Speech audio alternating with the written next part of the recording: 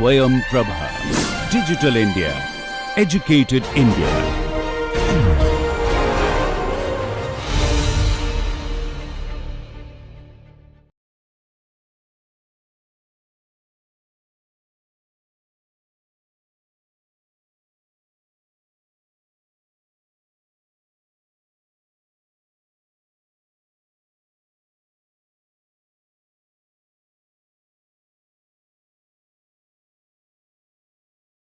Hello dear learners, welcome to the session of Managing Equality and Diversity.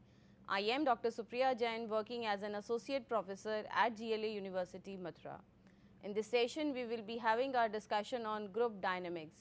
We will get to know about what group refers to and how these groups form. So let us understand the group dynamics of group behavior. In this session, we will be covering these topics. Let us understand. The very first is we will start with defining and classifying groups. Then we will understand the stages of group development. Thereafter, we will talk about in details of group property 1, that is rules. Second is norms. Third is the status and the group property. Fourth is size and dynamics. Fifth is cohesion, and last we will be discussing group decision making. By the end of this session, you will be able to have these objectives which will be accomplished, like distinguish between the different types of groups. Secondly, you will be able to describe the punctuated equilibrium model of group development. Here you will be able to understand and show how role requirement changes in different situations. You will be able to demonstrate how norms exert influence on an individual's behavior. You will be able to show how status and size differences affects group preferences. You will be able to describe how cohesion is related to group effectiveness. And finally, you will be able to contrast the strength and weaknesses of group decision making. So this will be the objective you will be accomplishing after the end of this session. So let us begin with the understanding of groups. What exactly group refers to? So the term is not new to you. It is something which you must have heard of various time and you must have used it as well. So group, as we say, is we can say when two or more individuals they are interacting and they are communicating with each other and they have been dependent on each other, that makes a group, right? So if you formally define what group refers to, you can say two or more individuals interacting and interdependent who have come together to achieve a particular objective. So this is the definition, or you can say the meaning of group, which we are understanding from the organizational perspective, because here whenever we are forming a group, we are forming for some attainment of an objective. So these people come together, they interact with each other, right, and people also depend on each other, because not every person in the group have the similar set of skills. They have different set of skills and talents where they are depend on each other for the accomplishment of that specific objective. So generally what we do is we categorizes the group into two way. One is called as formal groups and the other are called as informal groups. So formal groups are basically those groups which are defined by the organization, right? So which are being formalized by the organization for the attainment of the organizational goal and objective. Whereas informal groups are generally formed within the formal setup of an organization based on people interest, based on their liking, based on their understanding of each other, right. So if we talk about organization, there is an existence of both the groups, informal as well as formal group. So formal groups, like I said, are the designated work groups which are being defined by an organization structure, whereas informal groups are those which are not defined by the organizational structure, but they appears in response to their needs as per their social clubs or their interest group. Now we will be having our understanding on different types of formal and informal groups. So generally what we say that formal groups are of three types. One is called as command group, second is functional group, and third is task group. So you can also divide these groups based on the organizational hierarchy, right, that like we have top level, middle level and lower levels in the organization. So generally people at the top level considered to be as in command group, right. So these are the people who are more in the formulation of policies and they generally give the command to the middle or to the lower management of the organization how things needs to be done, right, how and what work has to be accomplished. So, generally people at the higher positions having this command group where they are more into authoritative position and they are commanding their things to the other people for the accomplishment of the task. Whereas functional group are more based on the different functions in the organization, right. If a specific function needs to be taken care of, right, so that particular group is being defined based on that function. As we all know, organizational activities are into different parts, right, there are different kind of functions which needs to be accomplished. So, different groups are being associated with different functions so that they could be able to give their full attention to that specific that specific function for the attainment of that task. And lastly, we have task group. Task group, like the name suggests itself, they are based on the specific task which is need to be done, right. So, if specific task is being need to be accomplished, then generally that particular group needs to be formed, and once that task is being finished, the group dissolves, right.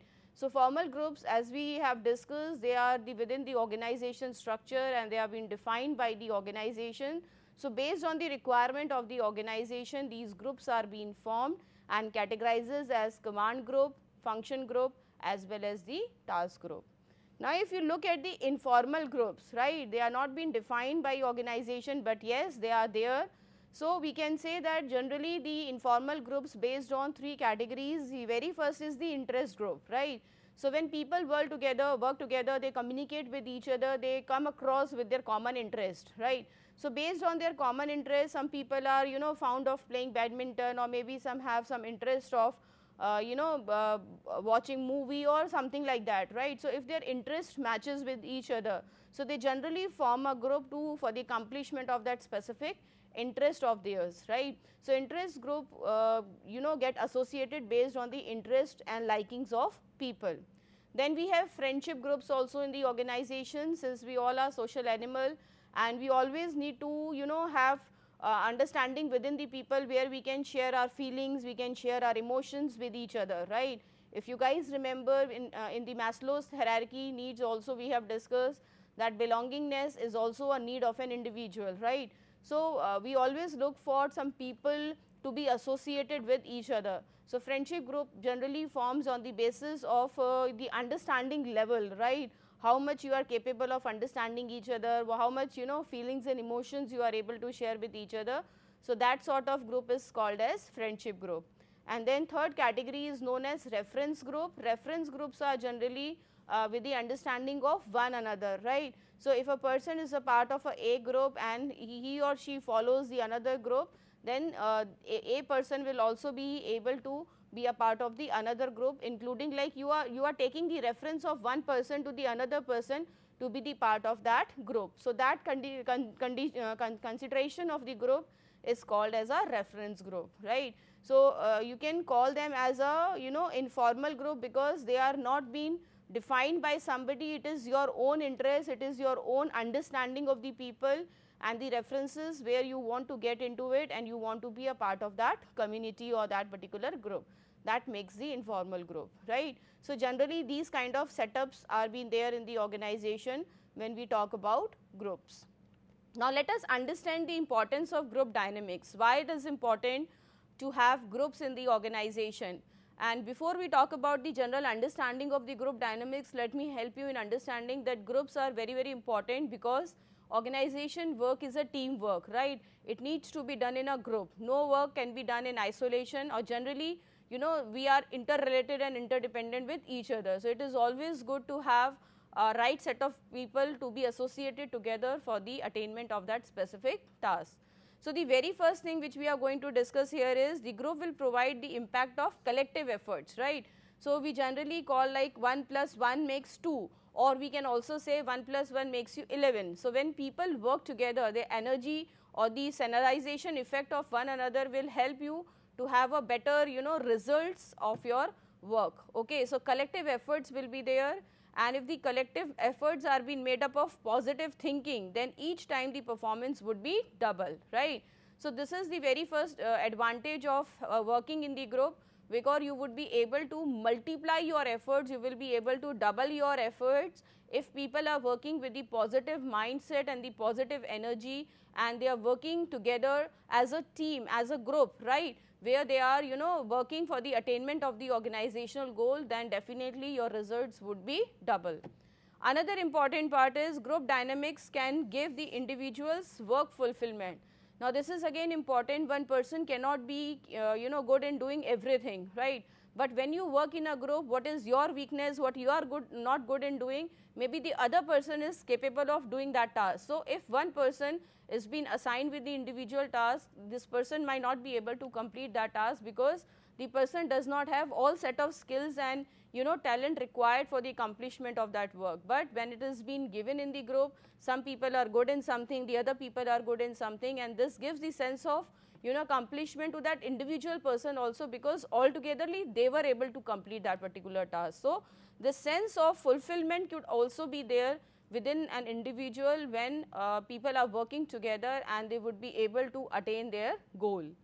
Then group may also imprint the spirit of a team among members, like for sure if the people are associated with each other in a positive mindset and they are working together for the betterment of the organization, as well as they are keeping a helping hand for each other, having good cooperation with each other, right, and working as a member, not only as to discharge their duties and responsibility, but with the spirit that they have to attain the purpose of this group, right. So they are not working as a group, now they are more or less working as a team, right. They are working for the organization as a team, where they are working on each other's behalf and trying to give their best in the performances, right. So this is also one thing. When people are associated with the right set of people, they become a team, and team produces better results to the organization. And finally, we can say members' attitude and ideas also depends on the group dynamics. Like for example, help of a facilitator, negative thinkers can convert into positive thinkers. So this is also sometimes very works very positively. Suppose what happens generally in the organization, some people are very positive people, but there are certain peoples also in the organization which do not have some kind of a positive thinking. Like we have generally understood, there are different personalities in the organization, right.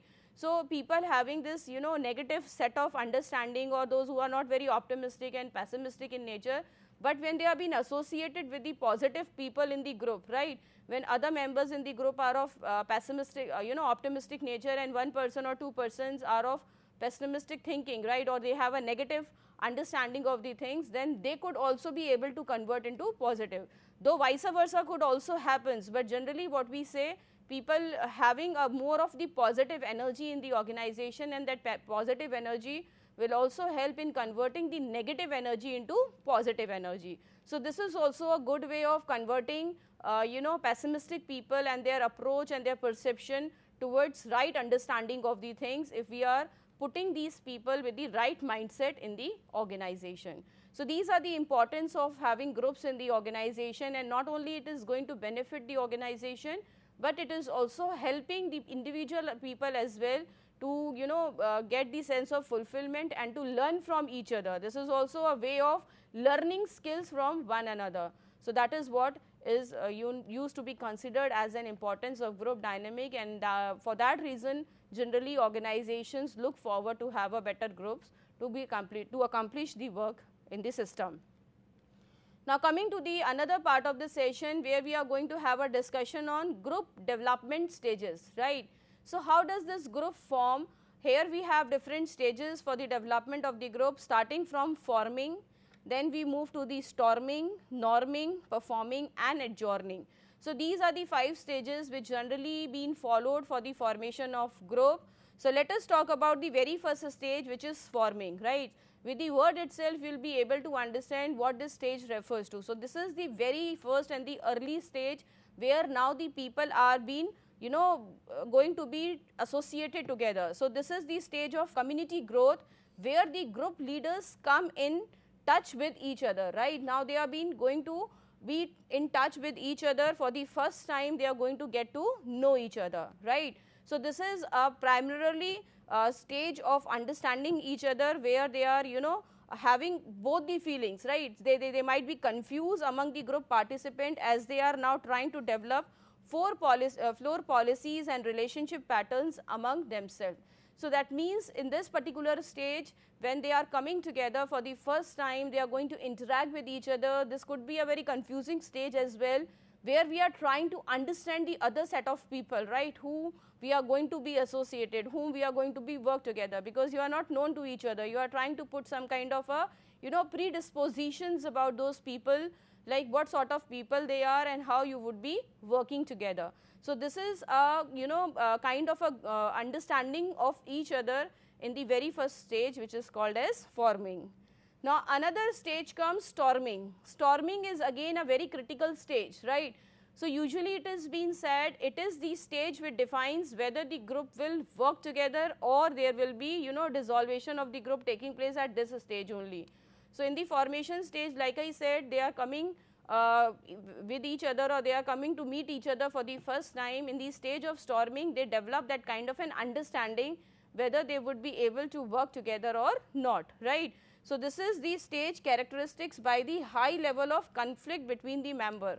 Okay, they could be having this kind of an understanding that this people is not right to be a part of this group, or this person is a very negative person, I will not be able to work with this person. So this kind of a conflict might arise in the stage of storming, and if this stage overcome, then definitely the group will be able to work together. But if at this stage this conflict arises, a lot of conflicts will be there, then it might be possible that another stage of a group will not get into, right. So members often show greater animosity to each other, and they also resist influence by the chief. If such disputes no longer resolve correctly, the community can also dissolve additionally, right. So it depends upon the level of conflict taking place in the group. If the members are not able to dissolve those issues and conflicts amongst each other, then a person has to get into it to overcome those problems. So nonetheless, usually the groups end up in the phase with all these specifics and recognizes the position of leadership at the stage giving up. Like I said, if these kind of conflicts will be resolved correctly at this stage, then only we would be able to move further. Otherwise, it might be possible that this group dissolve here itself. Now once they are able to resolve their conflicts, then comes the norming stage. So this is again an important understanding of the stage, where now the norms are going to be formed, right. So here basically what happens, when people are connected with each other well, they have their own understanding of each other, they define the rules and regulations of the group, they set the structure of that particular group, how this group is going to work, right. What is the structure they would be providing to the group is called as the norming stage. So it is the third stage of the group growth process, at some time where the individual of the group, they come closer to each other and group continue to act as a cohesive unit. Now they becomes one, because they are overcome with all those issues, their issues are resolved, now they are going to work as a team, right. So closeness will be there, they will be understanding each other, they will define the identity of the group, and they will also share the responsibility of this group, who would be responsible for what and what different roles they would be setting up, right. So standardization stage is complete when the member of the community can set a common goal and decide how to accomplish it. So this is a very, very important stage, where each and everything would be decided and determined, how and what they are going to do, what will be their objectives, and they will be discussing their roles and responsibility, and that is why this stage is also called as norming stage, because norms are formed in this particular stage. Coming to the next stage, which is called as performing. Now once the things are set, all the standards are being prepared, and they have decided what is to be done and how it is to be done, and who will do what kind of roles and responsibilities.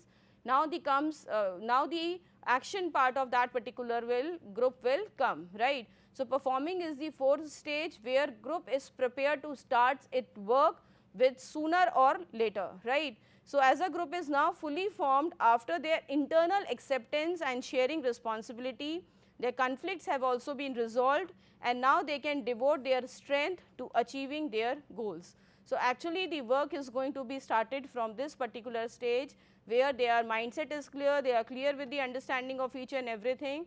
they will start performing their task.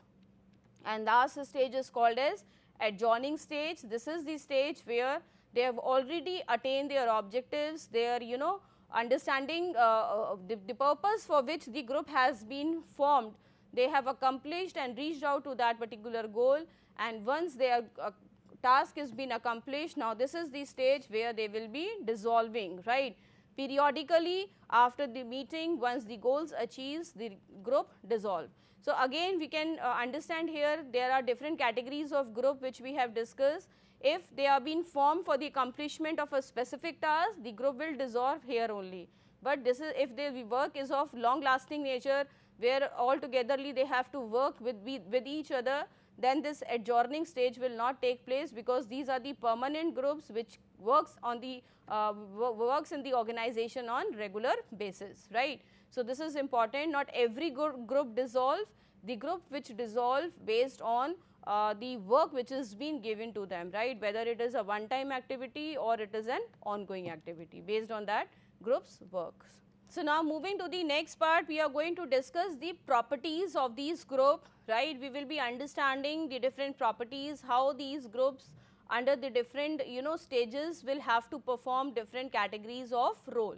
So the very first is the role, right. So role is what? Role is something you can call an expected behavior of an individual, how to perform in that specific group. Like in the norming group, we have discussed that generally the member of the group decides the roles and the responsibilities of each member who are going to work together. So role is a expected behavior pattern, right, which has been attributed to someone occupying a given position in a social unit, right. So in a group, not everybody is having the same kind of a position. Somebody is playing some role or other person is playing the another role. So that is what is called as role, right. So we are going to understand the different kind of headings under this category of role. The very first is role perception. So the role perception is basically the individual's view how to act in a given situation. Suppose in a group some role is being assigned to me, right. I was asked to do certain activities in that particular group. So before I start my activity, or before I actually start doing that role, I have some kind of a perception how and what things are being expected from me, right. My perception to that specific role is called as role perception, because everybody is new to that role, and for the very first time that role is being given to you, you do not have much idea about exactly what is to be done and how you are going to perform that role. Then you frame out some kind of a perception about it, that is called as role perception, that is an individual's view. Second is role expectations. Definitely each and every role has an expectations, right. So how other believes a person should act in a given situation. If a role is being given to me, first of all I need to understand what is my role and how I would be discharging my duties on that role. And a person who is giving me this role is also having certain set of an expectations from me, that what result I would be giving for that specific role. So role expectation is the other person's belief how I would be behaving in a given situation for accomplishing that specific task. Then another important concept come here is a psychological contract. Psychological contract is a very important term, and in the organization this is being used very commonly these days, and people are working hard to bring this psychological contract. Psychological contract, you can say, is a kind of a mindset between the employer and the employee, right. It is an unwritten agreement, you can say, right, where the terms and conditions are not in written, but somewhere or the other we are being associated with each other within the mind frame, right. So it establish a mutual expectations with each other, where employee feels that employer will always be appreciating and rewarding them for the work which they are doing, and employer will feel that whatever the work and role is being given to the employee, they would be discharging those roles and responsibilities with utmost sincerity, and they will be giving their best. So this psychological contract is also very must in the organization to be there, where they both are not having any set of written rules and regulations, but yes, they are working for each other with 100% understanding that they both will be discharging the best of the things whatever is good for them, right. Then the another important concept come here is the role conflict. Now what is role conflict? definitely there are situations which an individual is confronted by the divergent role expectations, right.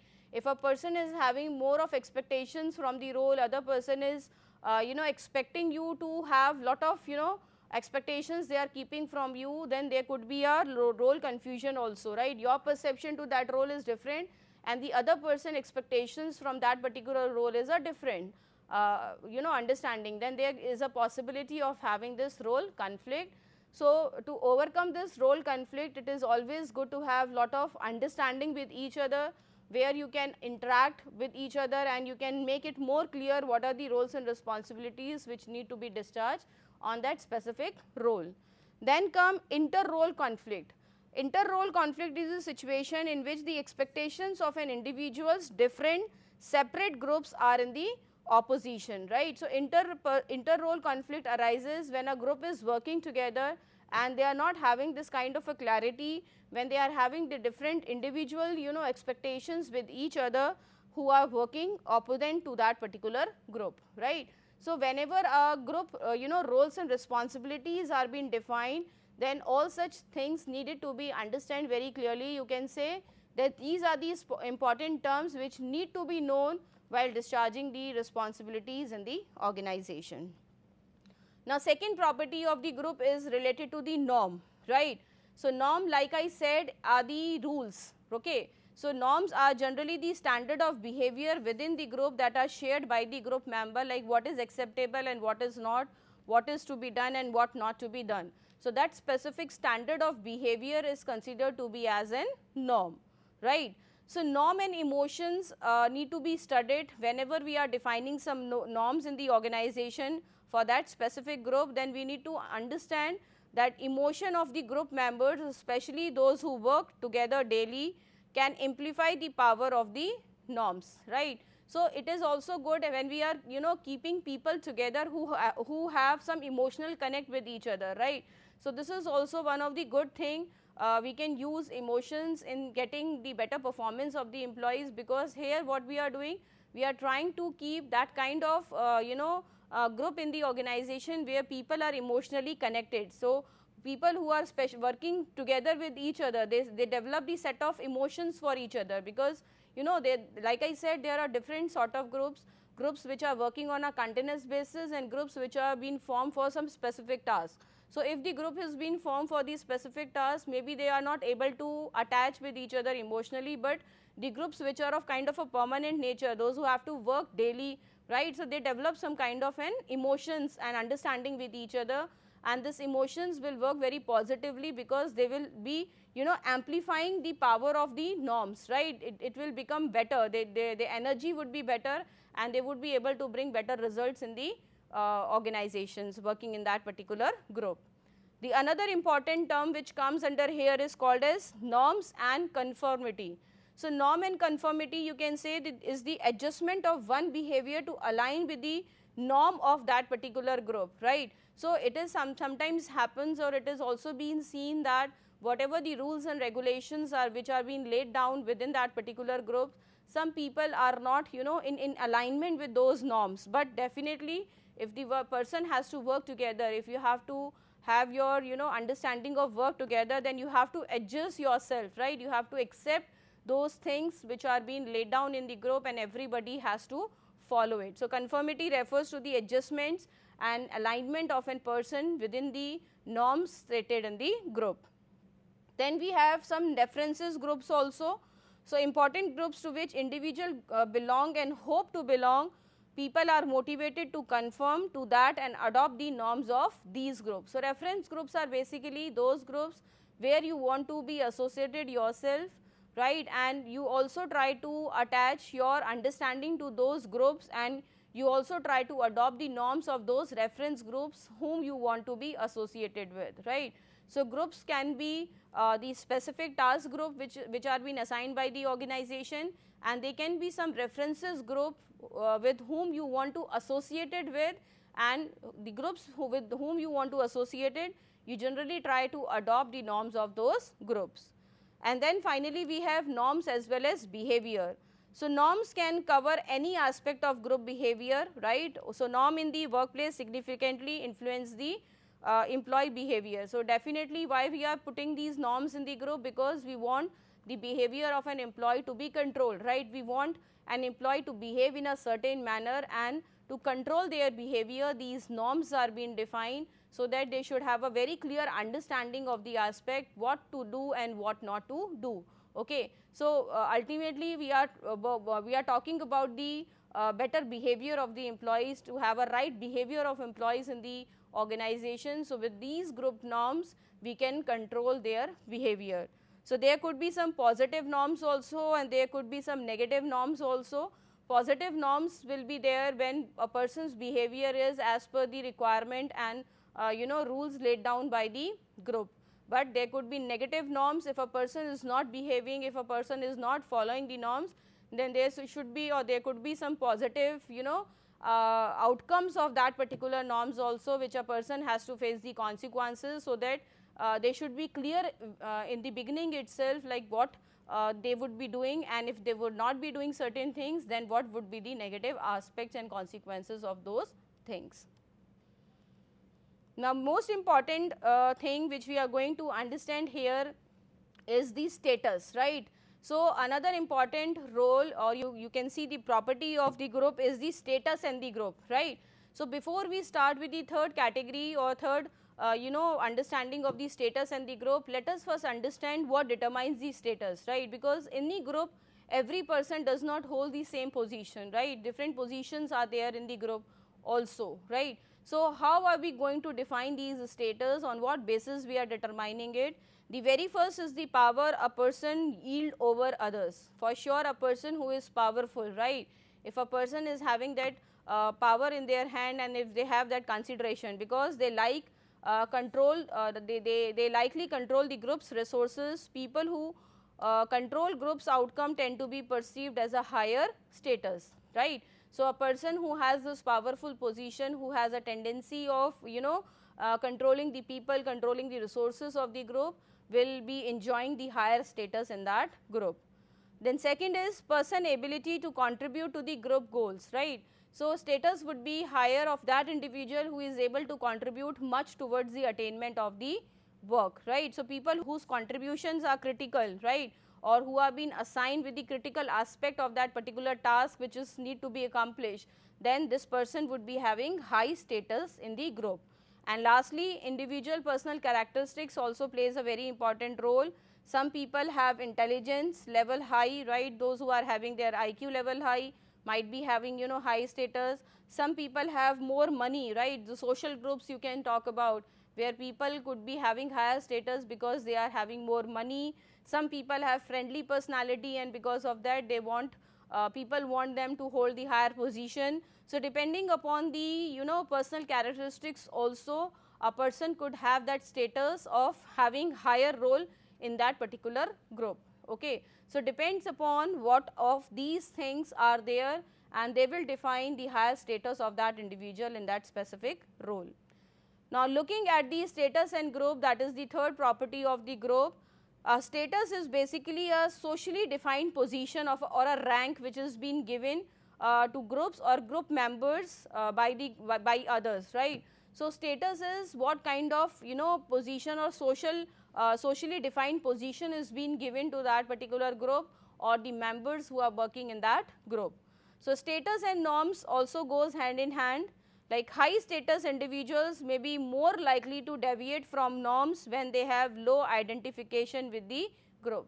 So it is also been seen that when there are we always say that there are some norms of that specific group, but when we talk about status and norms together, so people who generally tend to have high status in the group generally seen that they are the people who are not like they are more likely to deviate from that particular norm, right. So again it depends upon the personality of an individual. If they are more associated with the group, then they would be aligned with the norms of the groups, but if they are not associating much with those groups and then they would likely to be deviated from the norms of the groups which are being laid down.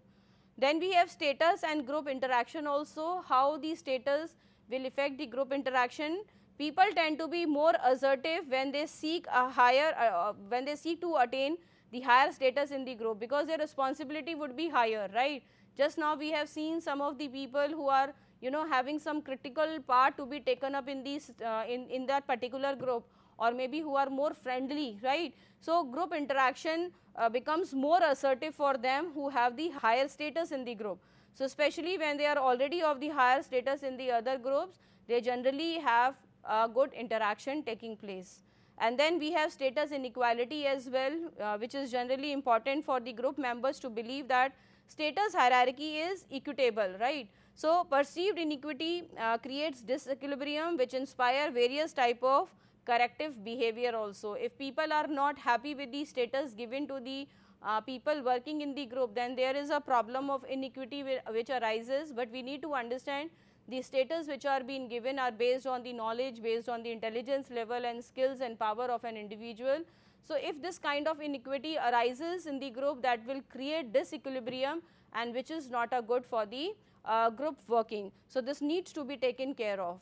So now coming to the fourth property, where we are going to have a discussion on size and dynamics, right. So size and dynamics also plays a very important aspect of any group. So generally group size has also implication for ethical decision making, right. So whenever we are supposed to make any decisions in the group, then we need to make an understanding that what is the value system of people working in the group.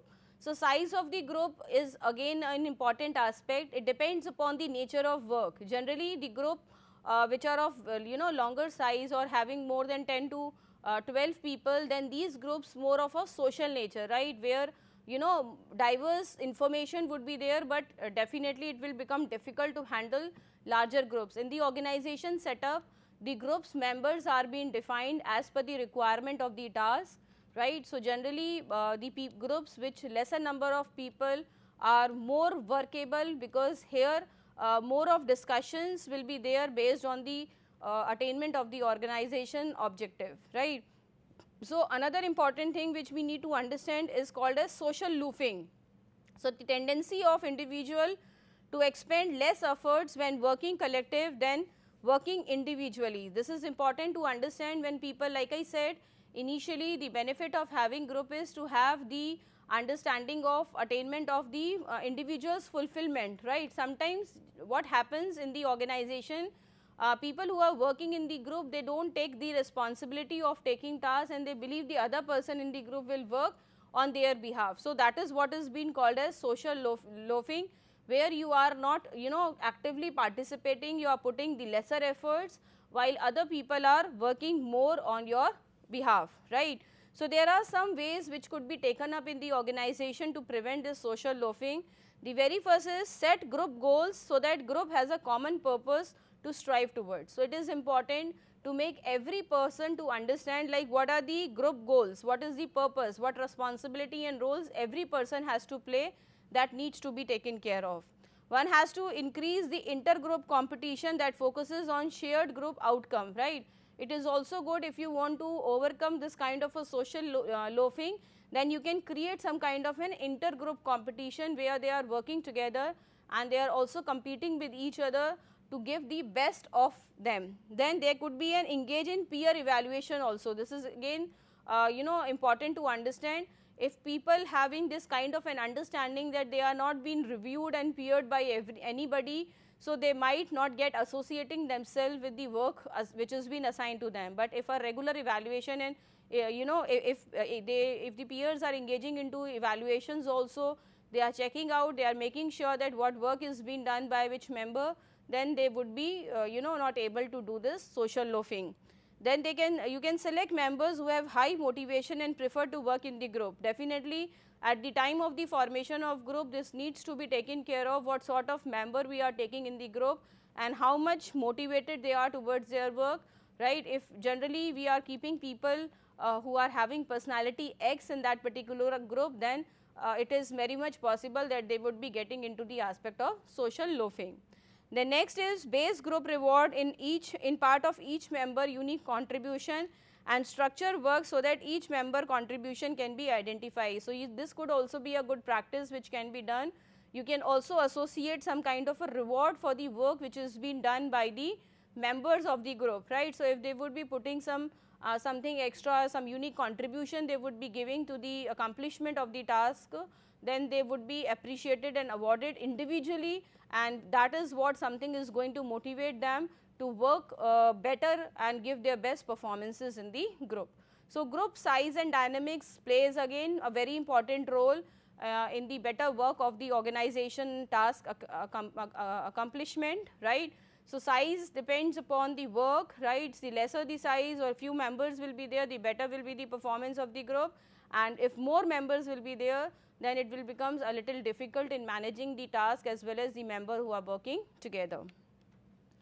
Now, the another property of the group is called as cohesion. Cohesion means the spirit of being together, right. So, the degree to which the member hold or share the bond with one another and they stay motivated in the group, right. So, definitely the more cohesion will be group, the better the results will be there of the group, right. And generally the groups who are having more cohesiveness with each other, they generally been called as a team. They develop the spirit of a team where they are working together for the attainment of the objective. So, to increase the cohesion, what are the things which can be done? The very first is make the group smaller, like I said it earlier as well, right.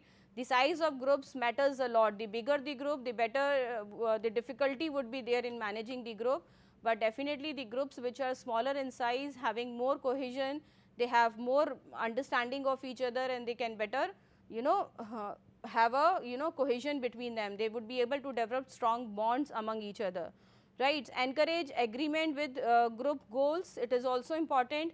If you would be encouraging the agreements and people are associated with each other, then it will also bring cohesion better. Increase the time members spend together. If they are spending their time together, they would be communicating with each other, they are knowing each other better, then definitely the outcome would be better. It will also help if you will increase the group status and the perceived difficulty of attaining membership, right. So, the cohesiveness of a group will be better if the group is having higher status in the organization, right. So, people will be more associated with each other, that their group or their team is to be considered better than the others, and it is not easy for anybody to be a part of that group, right. So, if it has been perceived the difficulty of attaining membership of that group, then people of those particular group will behave better, they will share the better bond, because nobody else is just like that would be allowed to join their group. Stimulate competition with other groups, right. If you would be stimulating competition with the other groups, that will give them the sense of sensibility where they are working together and they are not competing against each other, they are rather competing with the other groups, right. So, when we are competing with the other groups, we develop a sense of attachment with each other. Then it is also can be done, then you can give rewards to the group rather than to the individual member. Yes, we have to promote the group cohesiveness. So, it is important that for such type of group, rather than giving them rewards individually, you should be giving them rewards as a group. So, they will feel that whatever they would be getting as a group, not an individual person. So, each other's identity will be important for each of them. And physically isolate the group, right. It is important. If you want to do, you can physically isolate the group, so that you can create that kind of a bond and sharing with each other. So, these are the 5 properties which needed to be taken into account. If we want our group to work together, we need to have our focus on understanding the aspects of group behavior, their norms, their values, right, the roles which they would be playing, what will be their size, how would be the group dynamics, and what kind of bond they are going to share with each other will also define the success of working in the organization as a group.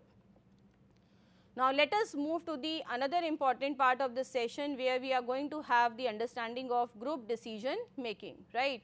So far we have understood the groups are important for the organization, but how these groups are going to make out the decision, what kind of choices they have to make, and how they would be taking up and doing it together, that we need to understand.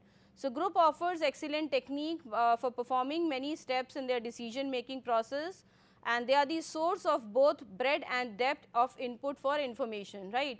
So, decision making is again a very important exercise in the organization, and decisions are being made at both level, individual level and at the group level. So, individual decisions are not very difficult to be taken up because that they are based on the individual person's perspective. But when we talk about the decision making to be taken up in a group, then definitely the better informations would be there, because here not only one person perception and understanding is being put together, but here many peoples are coming up together to understand that problem, and better decisions would be there, right. So, the very first and the very common technique which goes in this regard is known as brainstorming, right.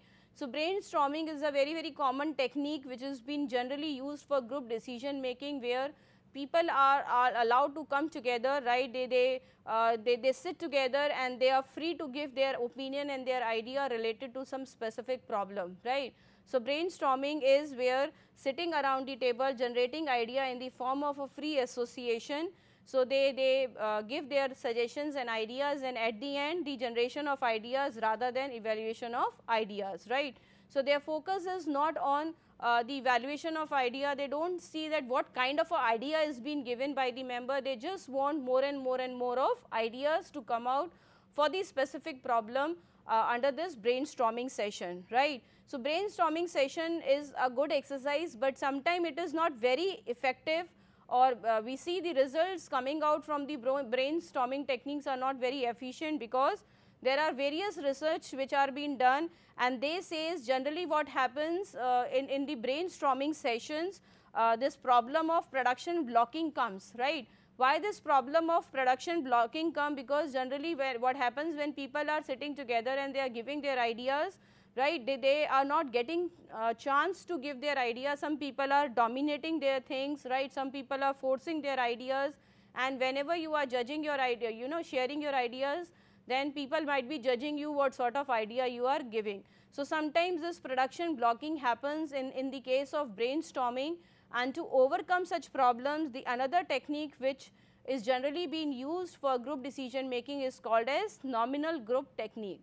So, nominal group technique, which is also called as NGT, is not very different from brainstorming, but yes, a little of the difference is being made here in terms of taking ideas from the member. So, what is being done generally here is, now people are allowed to form a group, right, and now each group is supposed to write the problems or to give their ideas to that specific task which we are finding the solution, and they are operating independently. They are solving the problems of their own in silence and in writing, right. So, NGT is a technique where people need not have to speak out their ideas. They are silently understanding the problem, and they are giving their solution in writing, and at the end all the suggestions or all the inputs which are being given by each of the member, they are being discussed, and they are being assessed, and they try to figure out what could be the better solution of this problem. So, what are the things which are generally being done for this nominal group technique? The very first is, before any discussion take place, each member independently records the ideas about the problem, right. So, one has to understand the their individual aspects. They are not being influenced by other person. So, any discussion is taking place, they have to independently record their ideas about the problem, what exactly their feeling is and what is their opinion regarding that problem. Secondly, afterwards what happens, each member presents one idea to the group, right, and no discussion take place until all ideas have been presented and recorded. So, here every person is getting a fair chance of presenting their ideas, and they are not being influenced by anybody. No dominance is being shown in this nominal group technique, and people will come up with their own genuine understanding of the problem, and they are discussing their views on it.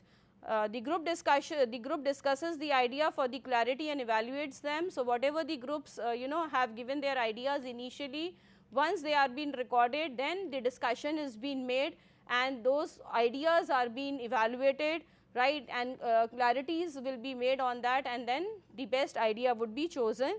So, each member is working silently and independently, rank orders the idea, right. So, they see like what idea would be more workable and more executable, and based on this they would be able to come out to the solution of that problem. Now, the another technique which comes in this regard is called as Delphi technique. Delphi technique is again a very old and a very popular technique of making out the decisions, and this is also a technique which is used for forecasting the demand in the organization, right.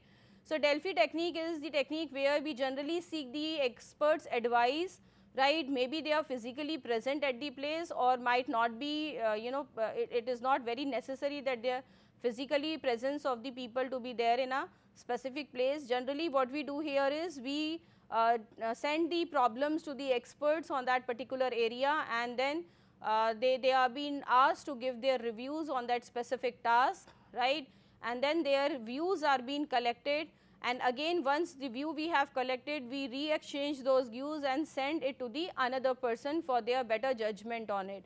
So, Delphi technique is one of that technique where people are not sitting together, they are sitting at the distinct places, they are the expert people in that specific area, and they are giving their opinions individually and then cross checking each other views and commenting on it, so that the better results and the outcome could be drawn. Here no influences will be there, no dominances will take place, and everybody would be giving their own understanding to that particular situation and problem, so that we could be able to have a better result on it. Then we have didactic technique. Didactic technique is also only applicable in a certain situation, right. This is also one of a way of deciding things in a group, but this is it is not applicable in every situation, but it is an excellent method when such situation exists, right. So, it is easier when things are of very when problems are of in a very small way of understanding, where we can take the inputs from the group sitting around whether this should be done or not, right. When the answers are not open ended, but a very close ended statement whether we should do this or not. So, in this you would be able to have lot of opinion from the people. So, people who are in favor and people who are in against, they will help you in understanding whether the particular decision needs to be taken up or not. Like for example, decision may be to buy or not to buy. So, people will either say to buy or not to buy, yes or no, right, whether to merge or not to merge, right, merger should be there or not, whether to expand or not to expand. So, if such kind of a question needs to be answered or some situations will be there, then this is also a very good technique where people are not going to get influenced by others, and they just have to give the reply in yes or no, and based on their reply you can figure out what could be the better things which should be done in the organization based on the votes, based on the views of the people. Then there is a decision tree technique. Decision tree technique is also a very good technique where we can have alternative solutions which are being generated in the decision making process. Why we call it as a tree? This is generally in a form of a graphics, right. This is more in the form of a chart where we used to figure out the different sort of alternatives. We reach out to all the possible outcomes of this problem, right. We try to see that what are the different ways of solving those problems, that has been prepared in the form of a tree, and then each and every solution of that problem is being analyzed carefully and looked into very deeply, like what would be the consequences and how we would be able to solve those problems, right. So, this needs to be a very good exercise in terms of analyzing and looking to each and every possible solution of that problem at a glance, and where we are putting our 100% understanding to those problems, and we are ranking them, we are understanding them deeply, and then with the wise decision one of the solution would be taken up as compared with the other possible solution of that problem. So, that is the understanding of this decision tree method, where each of these alternative decisions are being evaluated and ranked for the solutions. So, another way of taking out the decision in the group is called as meeting. This is again a very you can say a very common method, right, which is generally been adopted by the organization, and this is very easy also, where people come together, sit together, they discuss the problem, and then they give their views, they give their inputs on that particular problem, and they come to a possible solution of it. So, meeting is a very general way where group of the members sit together and they decide what outcome and what solution needs to be taken up.